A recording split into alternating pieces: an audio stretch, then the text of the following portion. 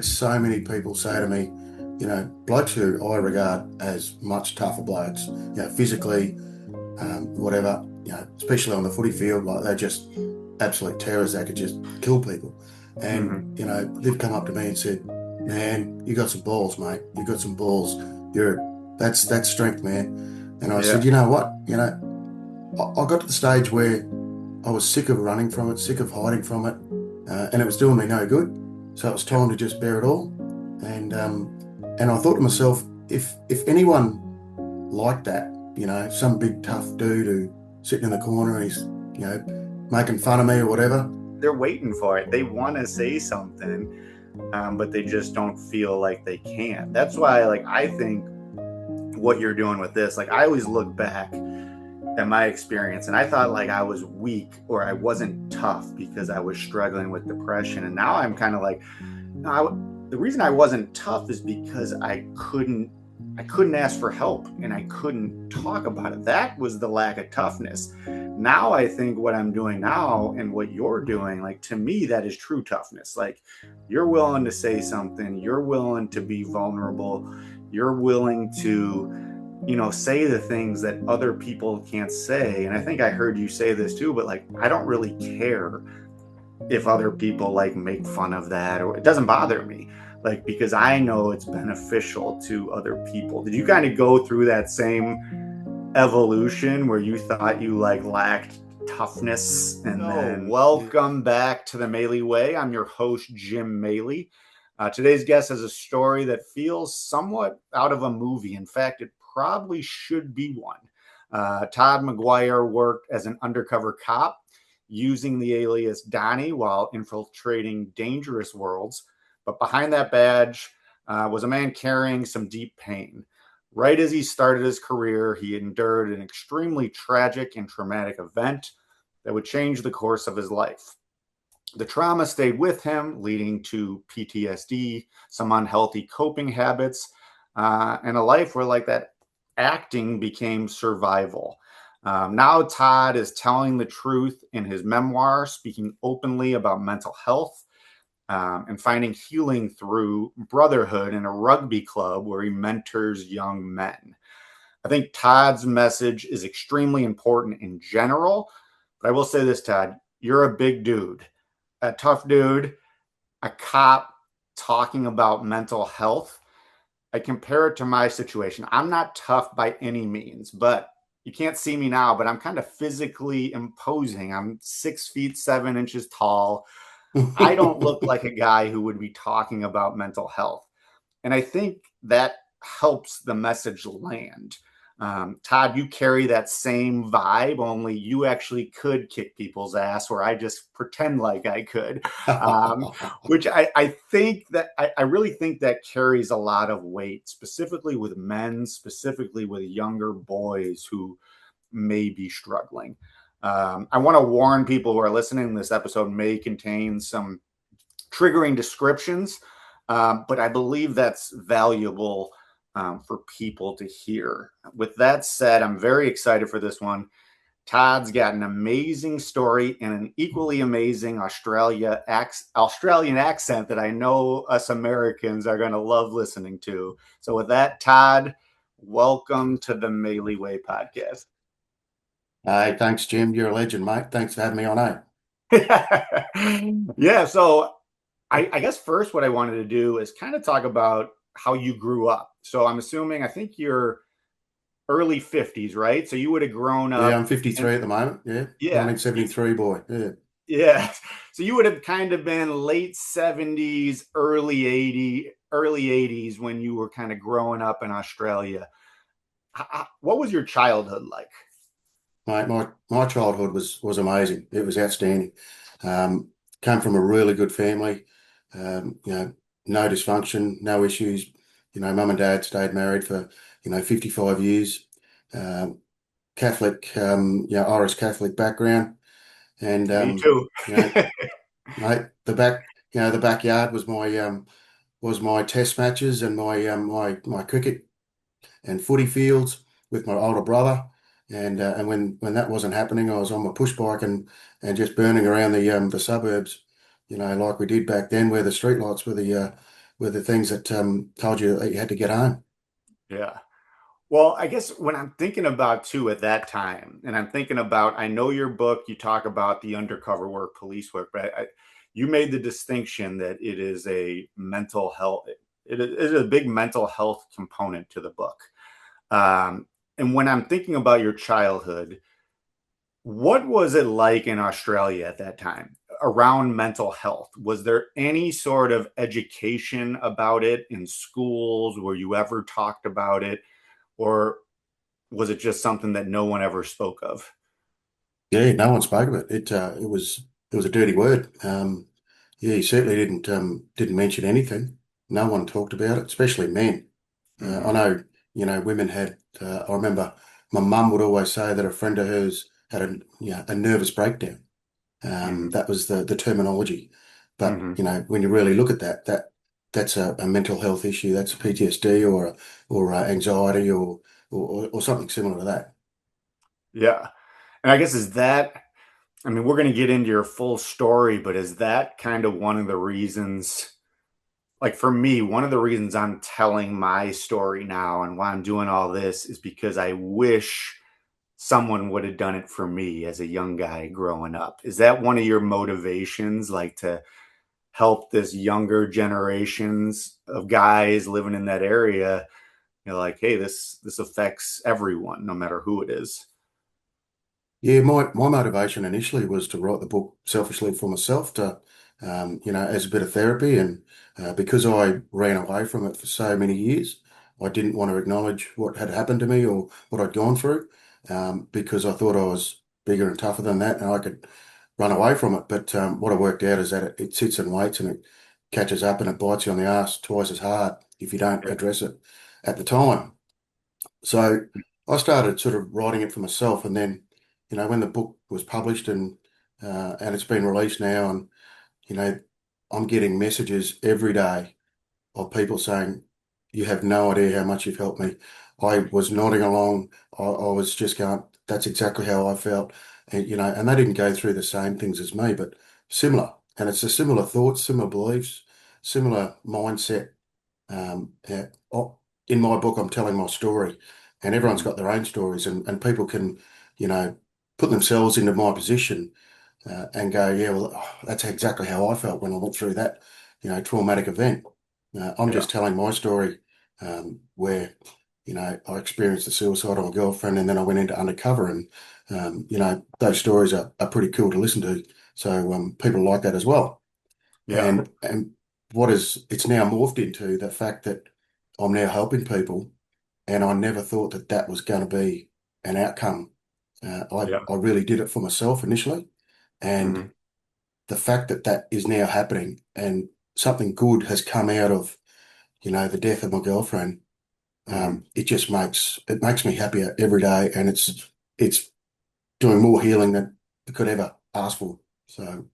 Yeah. And I guess I know exact, like when you say selfish, you did it for yourself. And that's one of like that's like my catchphrase that I use when I talk to kids. I say, share selfishly. Like I don't care what the reason is, if it's for yourself, but when you share your story, when you see someone else struggling, you're going to help them. And when you do it though, like I have found, and it seems like you have found, like too, like you help yourself. It's like a therapeutic in nature to share your story and talk about like some of these tough issues to talk about. I've found it to be just so rewarding for myself. And I can't similar to you. And then I see like, oh wow, other people relate to this. So it's kind of a win-win for, I guess you could say. Because I was talking so vulnerable and so candidly about my emotions and how I was feeling and what it made me feel, and then it really knocked around my self-esteem and my masculinity. I've Hmm. sort of really had to find that again and work on it, because I was a yes man. I wanted to please everyone because I was so scared of losing someone else that Yeah. I didn't put up any fights. I just said yes, yes, yes, and I became a bit of a walkover. And Hmm. I really needed to find that back. and that was sort of one of the big things that I went, I'm noticing, you know, younger fellas are getting challenged with their masculinity, and they're getting walked over and all that sort of stuff. So what I'm loving is explaining the younger blokes how to find your masculinity in a really positive way, not in a Yeah. bad way. Yeah. No, I mean, it's so funny. Like I said before we started this, like when I hear you talk, I'm just kind of like slowly nodding my head because I don't have the same experience that you do, but like in terms of like the sharing of it and realizing how much it could help people, like I know exactly what you're talking about, and it just makes me feel good when I do it as well. Um, when you were growing up, like, were you a sport? I'm a sports guy. I'm a basketball guy. Were you a sports guy growing up? I know you play now, but were you growing up? Oh, I don't play anymore. I'm 53. I'm way too old Oh, for okay. that. But coaching, yeah, I'm a coach Okay. now. Um, yeah, I was sports mad. I did everything that you could play. I did soccer, I did rugby league, I did tennis, cricket, Mhm. athletics, cross country. My dad played, NRL, which is, like the highest sort of level of rugby league down in Mhm. Sydney when he was younger, and it sort of filtered down through to me and my brother, where my brother was a really good footy player. He sort of got contracted with Parramatta, and yeah, he was making state teams and all that sort of stuff, which was fairly, it was that's getting up there as a fairly talented rugby league player. Um, Yeah. what I sort of explained in my book that I got drafted or yeah contracted to go down to a Sydney side to try and make the big league basically, Mhm. and I was only 17 at the time, but I found the glitter strip, where all the strippers were and the alcohol and everything, and I actually made a very bad choice that night and went out till 5 in the morning, and the trials were at 10 a.m. and Oh, I yeah. didn't play that well, Yeah. and I that can was my imagine. that was that was my probably my big chance to give it a shot, and I chose the wrong way. Yeah. You probably had a lot of fun though. I did, but I look back and I go, just one night, Todd, one night. Don't be an Yeah. idiot. Yeah.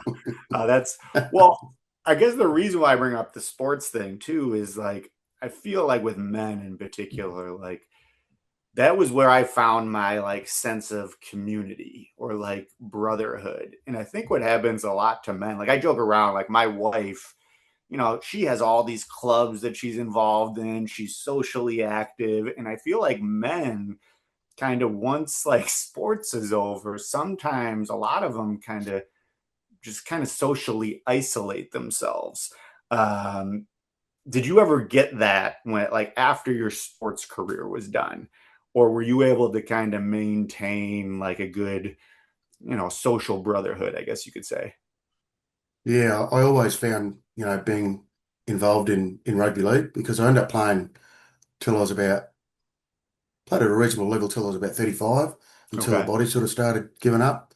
Yeah. I had some pretty serious injuries throughout the time, and each time I said, no, I'm not ready to finish yet. I want to play again, but I'd have that much tape and plaster on me, and padding. It ended up, some people were saying I look like a Michelin man with tires all around me. Yeah. But yeah, I went straight into coaching straight afterwards, and yeah, I just loved being around. As you're getting to 40 or something like that, I love being around the 20-year-olds, and listening to the way that they talk and what they Mhm. did, and just sort of being involved in that sort of thing again. I just I thought it was really good. But then what I sort of noticed is, I could really pick some of the younger blokes that were struggling, in their Yeah. minds, and Mhm. I could really sort of pull them aside and say, "Hey, you okay? What's going on?" And I found that really rewarding. Something that Yeah. someone goes through. Uh, uh, I feel that I've just got an extra layer of empathy, and I can sort of I can see different things in people that Mhm. I could have that I knew in myself. And Yep. it's sort of almost like a sixth sense that I have. And I know a lot of people say to me, you should be grateful for that. And I go, well, I wish I didn't have to go through what I did to get that. But anyway, I do. Yeah. Right. Yeah. No, like I know exactly what you're talking about. Like, it's like, people are like, well, yeah. I used to say that. I'd be like, well, I'm almost happy. Like, I went through my struggles. And now I look back, it's like, no, I'm not happy. Like, all that sucked. Yeah. I But wish I never did it. Yeah. yeah, but it has given me like that sixth sense that you're talking about, or almost like a superpower. Like, I go around and speak at different schools, and sometimes when I'm up there speaking, I can just tell. Like, I see a kid in the audience, and I can just see how they have their arms, or how maybe their legs are shaking a little bit. And it's like that Mm, sixth sense and like the level of empathy, like you said. I didn't used to have that.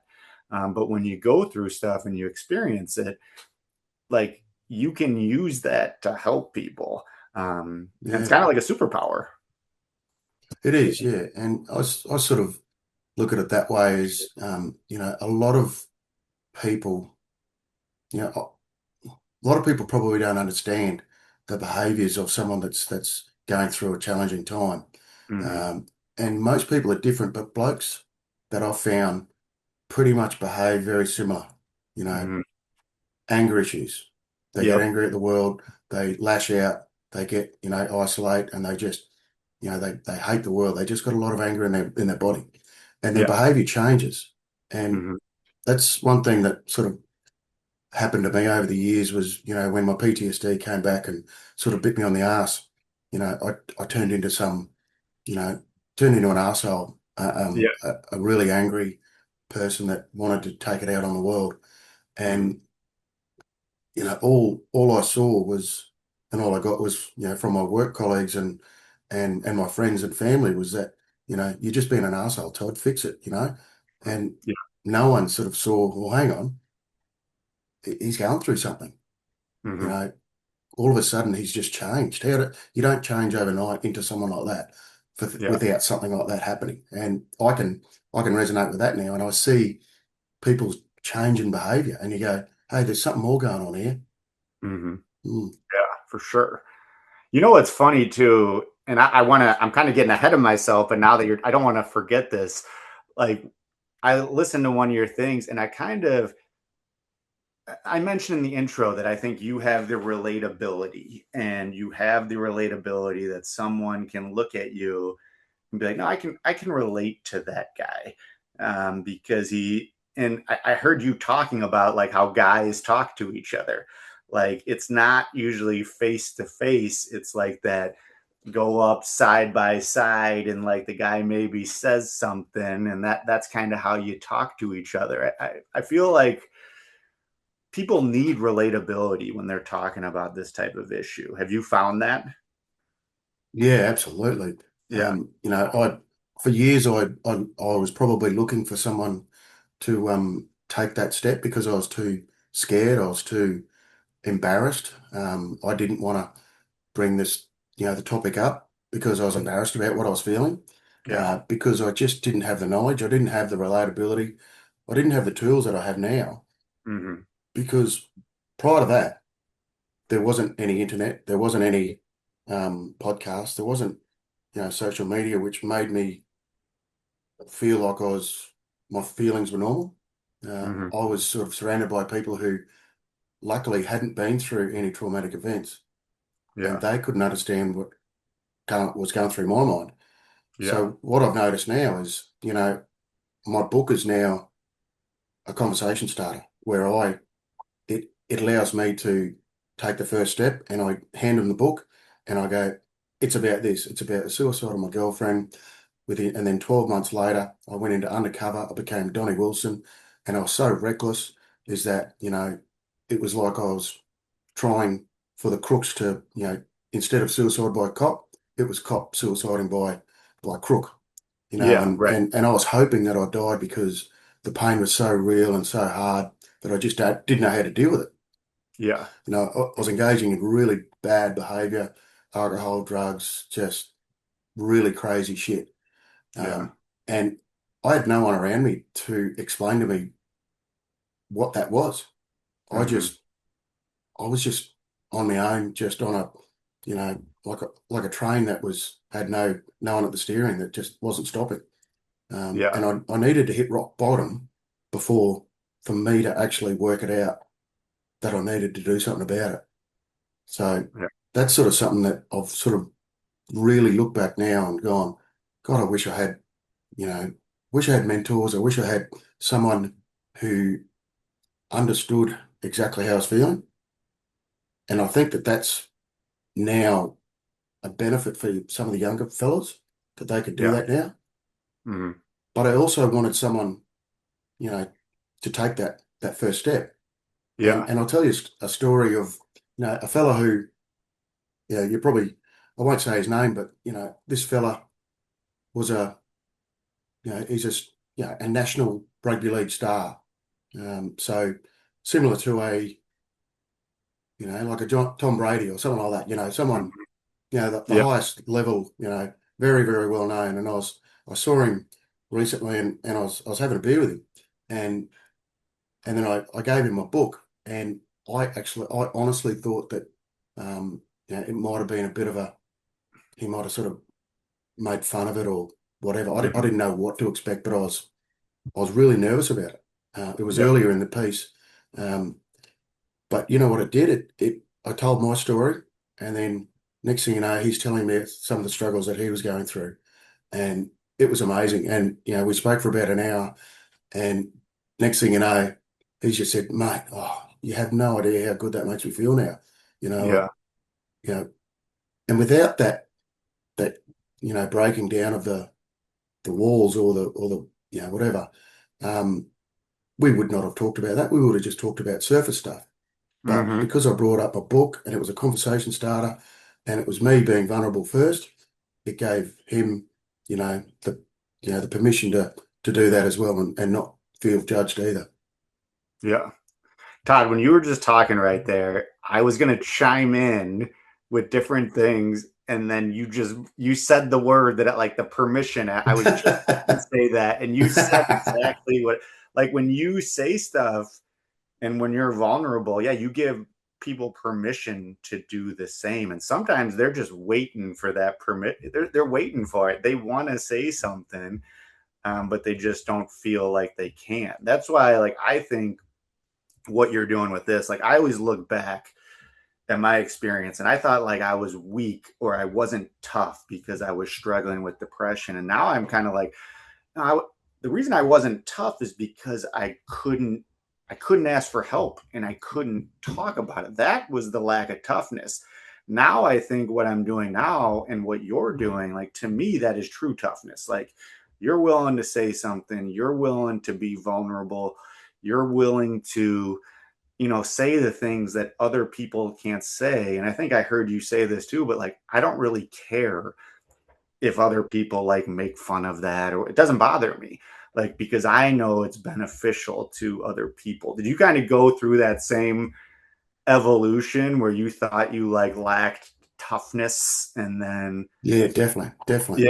yeah. I've had so many people say to me, blokes who I regard as much tougher blokes, physically, whatever, especially on the footy field, like they're just absolute terrors. They could just kill people.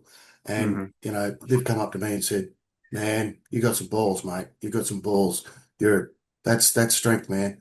And I Yeah. said, you know what? I got to the stage where I was sick of running from it, sick of hiding from it, and it was doing me no good. So it was Yeah. time to just bear it all. And and I thought to myself, if anyone like that, some big tough dude who sitting in the corner and he's, making fun of me or whatever, you know, I truly now know that that person has probably got more struggles than all the people together, and Yep. he's just running from it as well, and at some stage it's going to come back and bite him as well. So Yeah. what I have realised is that absolutely everyone is going through some kind of struggle. The Hmm. amount of nods that I get when I'm talking, you know, at a book launch or just a normal presentation, everyone is going, oh yeah, yeah, and then it gets confirmed when they come up after you and they they tell you their story, and it is just amazing. And so many people, especially blokes, you know, they sort of go, we've been waiting, you know, Yeah. when we saw you could do it, I feel like I can do it now because I never Yeah. thought you were going to. I never thought you went through all of that and were feeling that way. You're some big tough dude that does this. I said, well, I'm not a big tough dude, but my toughness now is my mental capacity to deal with it and to get the story out. So Yeah. that's how I look at toughness. And it used to be the strong and silent type. They're the ones actually, back in the old days where they were hiding from many, many things, and it didn't really do any good. I, Yeah. I sort of definitely noticed that the generations it's are opening up more and more, and the Hmm. younger fellas are getting better at it. And Yep. I think part of what you and I and heaps of other people are doing is normalizing it and getting people out there to talk about it and take that first step, put the front foot forward and be vulnerable and hopefully that allows someone just to go, well, if he can do it, I can put my hand up and say, hey, yeah, I'm just not feeling right. Yeah. No, absolutely. Well, I want to go back a little bit, and we don't have to get into exactly what happened. I mean, you can kind of explain it however you want, but I kind of want to talk about that traumatic event and how maybe you reacted to that and like Yeah, what was going through your mind after that. Can you kind of take us through that a little bit? yeah. I've been, pretty candid about it, and I explained it in detail in my book, and it is pretty heavy, pretty full on. But I was only 26 at the time. I was fairly young. I thought I was old enough, but 26 really isn't that old when you consider 46 is when most blokes finally mature. But uh, and I'm still waiting. But I was living with a girl. She was 31 years of age, and she was gorgeous. She was well out of my league, but somehow I managed to get her on a weekday, and You she tricked she her. absolutely and she said yes and went out on a date with me, and next thing you know, we're living together for 18 months and planning a future. She had a 4-year-old son from a previous marriage, so there was a few sort of issues there, but there was no mental health, there was no talk of suicide, there was no negativity in our life. Everything was positive. We'd been on overseas holidays, um, and this was New Year's Day 2000, so it is quite some time ago, 26 years ago, in fact. So like But Y2K, Y2K, right? At that time? Y2K, and everyone said that it was going to be the end of the world the next day, Yeah. and I was 2.5 years into being a police officer, so I was still fairly new. I was fairly green, still walking the beat, in uniform, doing all those sort of things. New Year's Eve, back on that night, I remember was probably still the biggest, loudest night I've ever heard. The turn of the century when everyone thought it was not gonna, we weren't going to be there the next day. People were living like it was, it was the last night on Earth. And I was having dinner with a group of friends, New Year's Eve, before I went to work at 10 p.m. And I had an old Nokia 6110 where you had to use, enter and star to unlock it or lock it. Oh yeah. I don't know if many of your viewers might remember that, but Mhm. uh, it was sitting in my pocket, in my jeans pocket, and it sort of did a bit of a pocket dial. And I thought I just hadn't locked it, so I took it back out and I looked at it and I went, yeah, somehow it's got 666 on the phone. So Mhm. I made a joke to the table. I said, "Oh, look at this, Y2K. I just got a Yeah. message from the devil. Yeah, we are going to die tomorrow." Mhm. So anyway, I went to work, and my girlfriend Karen and a few other girls went out to a pretty popular nightclub, getting messages throughout the night with her, and I picked her up at 5:30, 6 o'clock in the morning when I'd sort of finished. and she'd had a fair few drinks, and she'd also had a half a ecstasy pill, and that was the first time that I knew of her having that. And the way that she explained to me was she had not ever had that before. So I believed her, and I still don't know if it was otherwise true or not, but it was something new to her. I know that. Um, so anyway, I picked her up and we went back home, and I had to go. I had to sort of go back to work at 4 o'clock in the afternoon. So by the time I had breakfast and we had a bit of a chat, it was probably 8 o'clock or so, and so we went to bed. But I woke up about an hour or two later, listening. I could hear the front door sort of open, and the ex-husband had dropped over the 4-year-old son. Mm. And so I got up and sort of greeted him and said hello. And I said, oh, I didn't realise young fella was coming over. And she was really upset. She said, yep, I forgot. I totally forgot. Um, yeah, he wasn't real happy with me. And I said, oh, that happens. And she was saying, oh, I've been a bad mother. God, I can't believe I've done that. And I said, you're not a bad mother. You forgot one thing. That's all it is. Nothing huge, nothing huge. And you're really tired. You're obviously really fatigued from last night. How about we get some sleep? Mm. And so we put a movie on for Clark and locked all the doors. And we always knew that, whenever he watched a movie, he, uh, he was engrossed in it. He wouldn't move. So we went back to bed and asleep. And um, yeah, and it was, probably by that time that was 11 o'clock, 10 or 11 o'clock. And so by 1 o'clock, 1:30, I woke up to the young fella sort of going, "Mummy, where are you? Mummy, where are you?" And so I sort of picked him up and made a bit of a joke about it and said, oh, she could be in this room. And I'd sort of go, boo, in this room? No, not in this room. Boo, this room. So he went all the way around upstairs, couldn't find her. And I said, you know what? I reckon she's downstairs in the garage sort of area, rumpus room where our laundry, she's probably doing the laundry.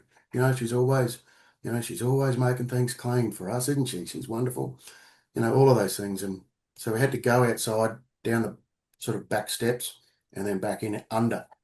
And, as I opened the sliding door, and unfortunately she was there, she'd used an electrical cord sort of wrapped over the rafters through the post thing.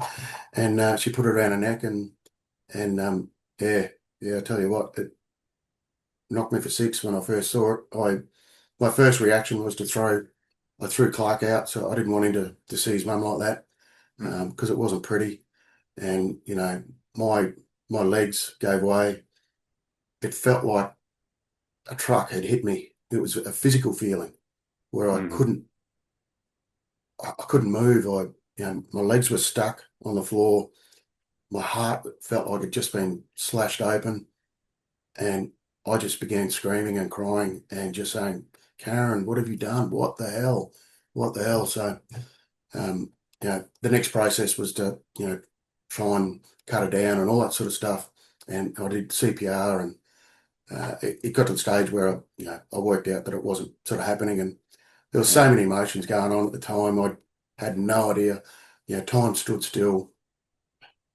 Sometimes I don't know if I did it for 5 minutes or an hour. I really don't. If I don't, I just can't remember. But I do remember that I finally worked out that I better go and get Clark. So I Mm. went out and got him and went back out the front and rang, you know, emergency and got all the ambulances and police turn up and everything. And that was it. I remember just standing out the front, just going, wow, my life has now changed. That's it. Like, Now, was there like, it oh, was go almost ahead. like I had everything, Yeah. to nothing the next day. Absolutely nothing. I felt like I wasn't going back into that house. Yeah. I ended up, my parents came down and picked me up and went back to the town that I grew up in, because it was about an hour away, hour and a half away. And yeah, I never went back there. So Yeah. Oh, man, that is obviously so horrible. And I'm very sorry that you had to go through that. I know I guess the question that because I know we lost someone in my family to suicide, and it was, I just remember like it was all, we were all like, why, Mm. like, what did we miss? Like, there was all this regret, then there was like kind of guilt at times, and then there was like some anger at times too. Like, were you going through all those different emotions after that happened? Oh, I've gone through every emotion, the shock initially is the tough one. And then, the disbelief, you think you're having a dream, you Hmm. know, and then, and then the guilt. Yeah. Why is there something that it, is there something that I did that caused it? It was one of the Yeah. first ones. Hmm. Um, and then, you know, I sort of found out a few things. There was no note. There was no there was nothing that led up. Even, in hindsight, I don't ever remember talking about it. I don't remember ever talking about, she was never sad. She would rarely cry. Yeah. Um, there was nothing really. And when we did go back and, clean out the house, we did find, antidepressants individually wrapped and secreted in different areas around the house.